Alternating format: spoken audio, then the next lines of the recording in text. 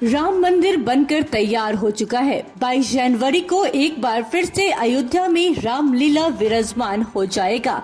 सबके जहन में यह सवाल उठ रहा है कि क्या राम मंदिर बीजेपी के लिए चुनावी ट्रम्प कार्ड साबित हो सकता है। क्या अगले साल होने वाले आम चुनाव में हिंदी नवजागरण काल को बीजेपी एक बड़े मुद्दे के रूप में पेश करेगी? क्या राम मंदिर इसका एक प्रतीक बनेगा? क्या इसका बड़ा लाभ चुनाव में बीजेपी को मिल सकता है? ये तमाम सवाल इसलिए उठ रहे हैं क्योंकि लोकसभा चुनाव के ठीक पहले अयोध्या में अगले साल 22 जनवरी को राम जन्मभूमि मंदिर में रामलला की प्राण प्रतिष्ठा की तारीख तय हो गई है। पीएम नरेंद्र मोदी इस मौके पर खुद अयोध्या में मौजूद रहेंगे। इस आयोजन को बहुत बड़े पैमाने पर पूरे देश में मनाने की कोशिश अभी से ही शुरू हो गई है। पूरे पखवाड़े तक चलने वाले इस आयोजन में पूरे देश के लोगों की आस्था से जोड़ने की कोशिश की जा रही है। इसके तुरंत बाद देश में आम चुनाव की अधिसूचना जारी हो सकती है। बीजेपी का मानना है कि इस आयोजन में देश में वैसा ही माहौल बनेगा जैसा 2019 में बालाकोट एयर स्ट्राइक के बाद बना था। पिछले कुछ महीने से प्रधानमंत्री मोदी संकेत दे रहे थे कि वो 2024 आम चुनाव को विकास और विरासत के उदय के रूप में पेश करेंगे। कई मौके पर इससे जुड़ी बात वो बोल चुके हैं।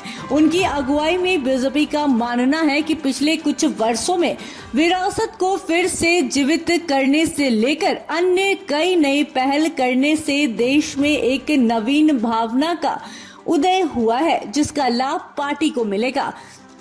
इसी क्रम में सबसे बड़ा दाव राम मंदिर से है। प्रधानमंत्री खुद इस मौके पर मौजूद रहकर बड़ा संदेश दे सकते हैं। माना जा रहा है कि बीजेपी का चुनाव प्रचार भी इसी मौके से शुरू हो सकता है।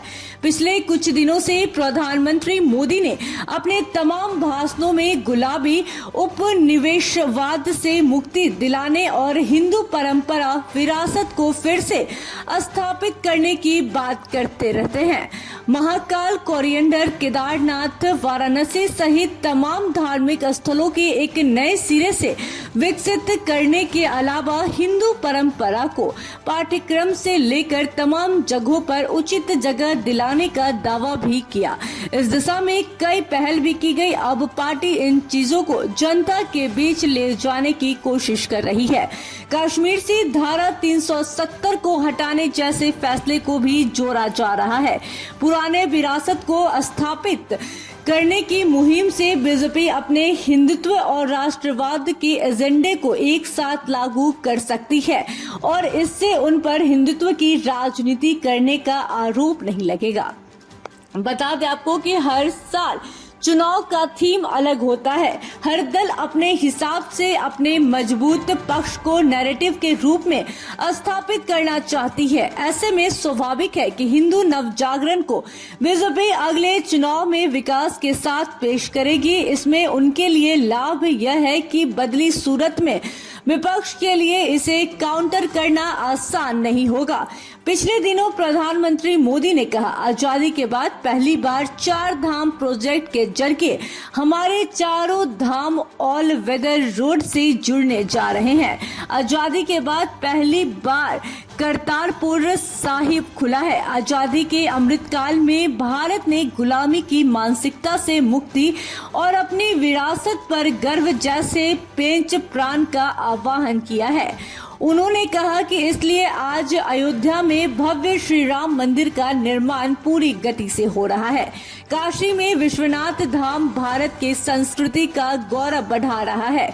सोमनाथ में विकास लेकर बाबा केदार, बद्रीनाथ तीर्थ क्षेत्र में विकास, उज्जैन, इन सबों के विकास को प्रधानमंत्री कई मौकों पर भारत के नए स्वर्णकाल की संज्ञा दे चुके हैं। ऐसे में सवाल उठता है कि विपक्ष प्रधानमंत्री मोदी की अगुवाई वाली बीजेपी के एजेंडे को किस तरह काउंटर करेगी।